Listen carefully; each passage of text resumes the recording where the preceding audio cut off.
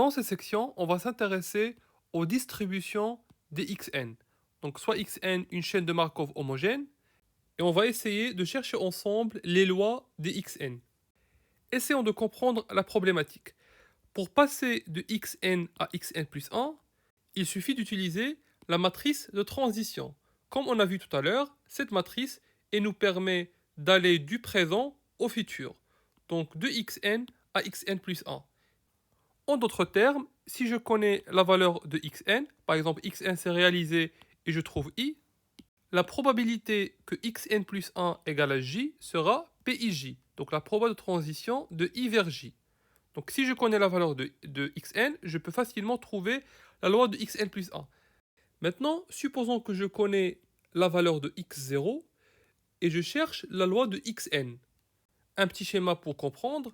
Donc, dans le premier cas, grâce à la probabilité de transition, il y a deux instants. Donc, je suis à l'instant 0 et je cherche la loi à l'instant 1. Alors, cette situation, elle est beaucoup plus intéressante.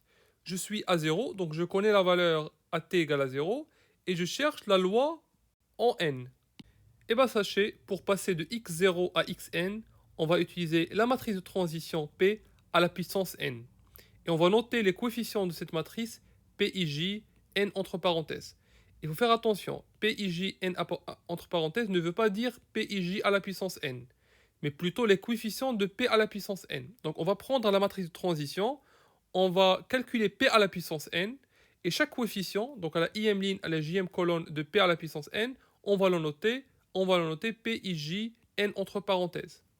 En d'autres termes, la probabilité que xn égale à j, sachant que x0 égale à i, ça va être PIJ, n entre parenthèses, donc le coefficient de la matrice p à la puissance n.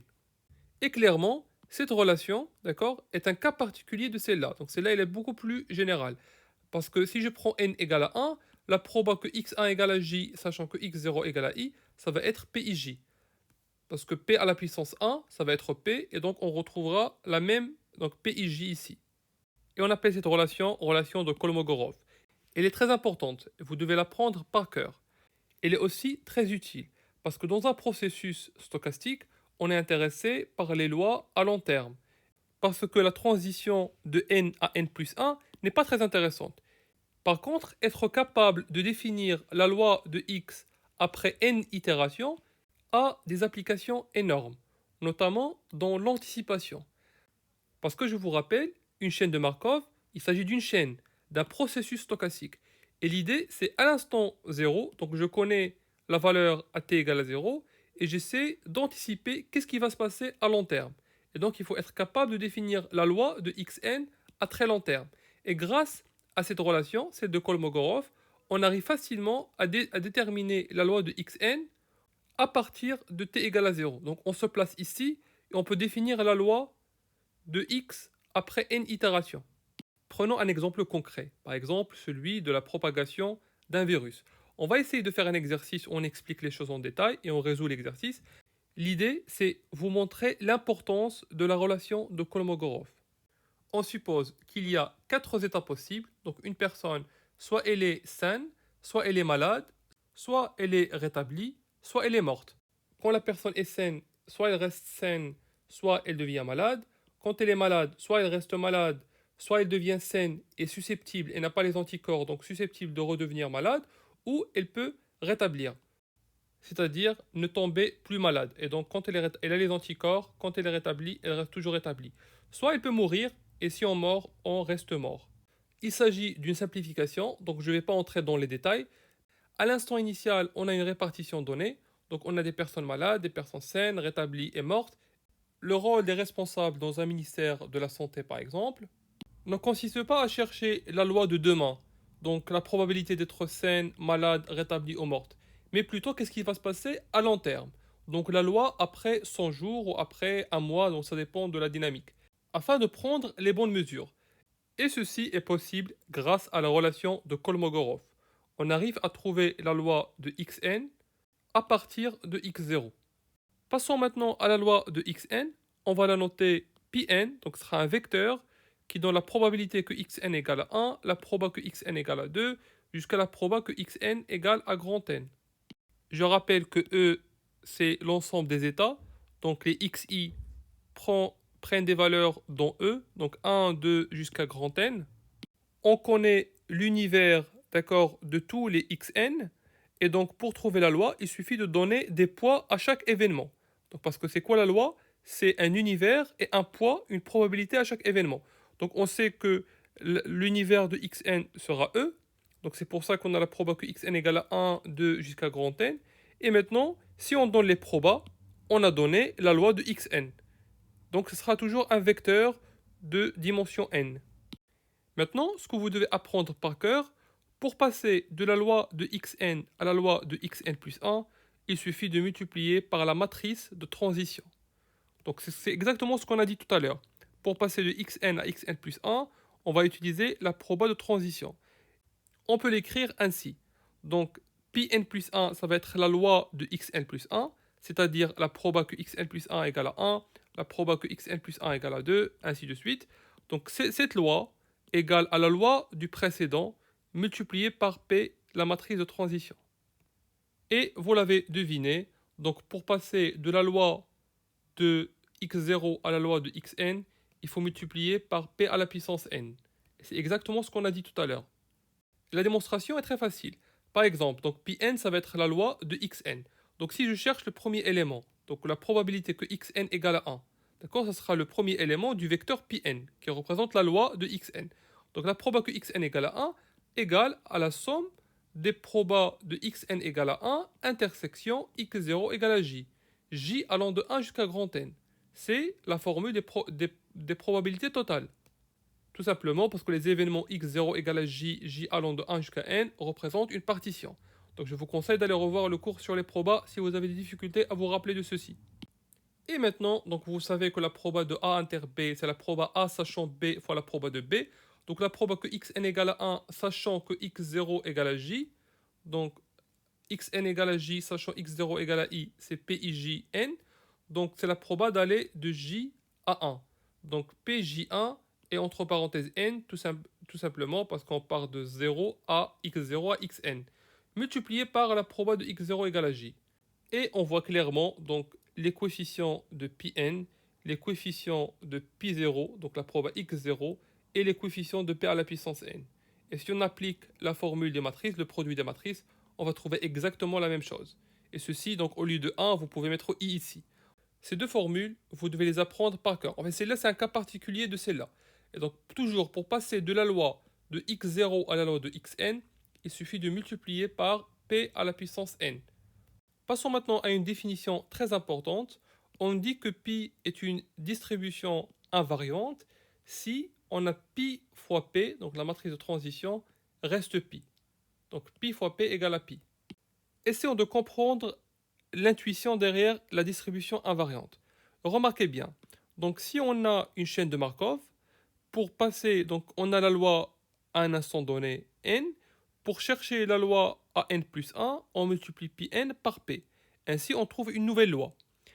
Maintenant, si on a pi fois grand P égale à pi, dans ce cas, la distribution de xn et xn plus 1 sera la même, parce que celle-là, c'est la distribution de xn, et celle-là, donc on multiplie par p, c'est la distribution de xn plus 1.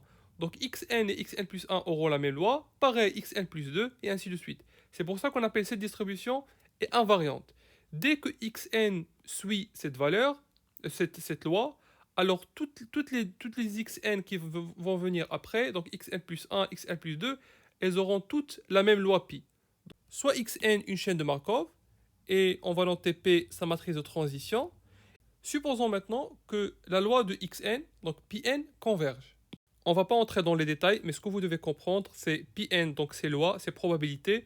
Quand n est très grand, tend vers l'infini, ces probas tendent vers un vecteur P1, P2 jusqu'à Pn. Donc il y a une convergence, on converge. Je vais noter ce vecteur pi. Maintenant, si on fait tendre n vers l'infini, n plus 1 tend vers plus l'infini, et donc pi n plus 1 tend vers pi, égale pi 1 tend vers pi, donc pi fois p. On déduit que pi est une distribution invariante. Parce qu'on a pi égale à pi fois p, c'est la définition même de la distribution invariante. Qu'est-ce qu'on déduit maintenant? Si la loi Pn, donc la loi de xn, converge, alors elle va converger vers une distribution invariante.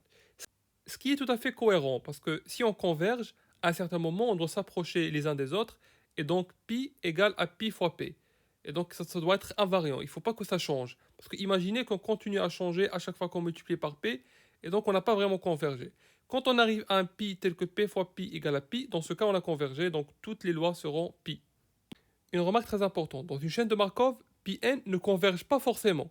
J'ai dit si cette loi Pn converge, dans le cas où ça converge, alors elle va converger vers une distribution invariante. Maintenant, il se peut que cette loi, d'accord, ne converge pas. Ou il se peut que la distribution invariante n'existe pas. Parce que pour trouver pi, il faut résoudre l'équation x fois p égale à x. Avec x un vecteur, d'accord, ligne, ou une matrice ligne. Donc il faut trouver des x tels que x fois p égale à x. Il se peut qu'il n'y a aucun x qui vérifie cette propriété. Et donc la distribution invariante n'existe pas. Par exemple, si p moins la matrice identité, donc matrice carrée d'ordre n, qui a des 1 sur la diagonale et 0 ailleurs, cette matrice est inversible. Alors, donc si je factorise par x, donc x facteur de p moins in égale à 0, comme cette matrice est inversible, je peux multiplier par l'inverse ici et là, et je trouve x égale à 0. Et dans ce cas, la matrice, la distribution invariante n'existe pas. Parce que je rappelle, dans une distribution invariante, il faut que la somme des éléments soit égale à 1.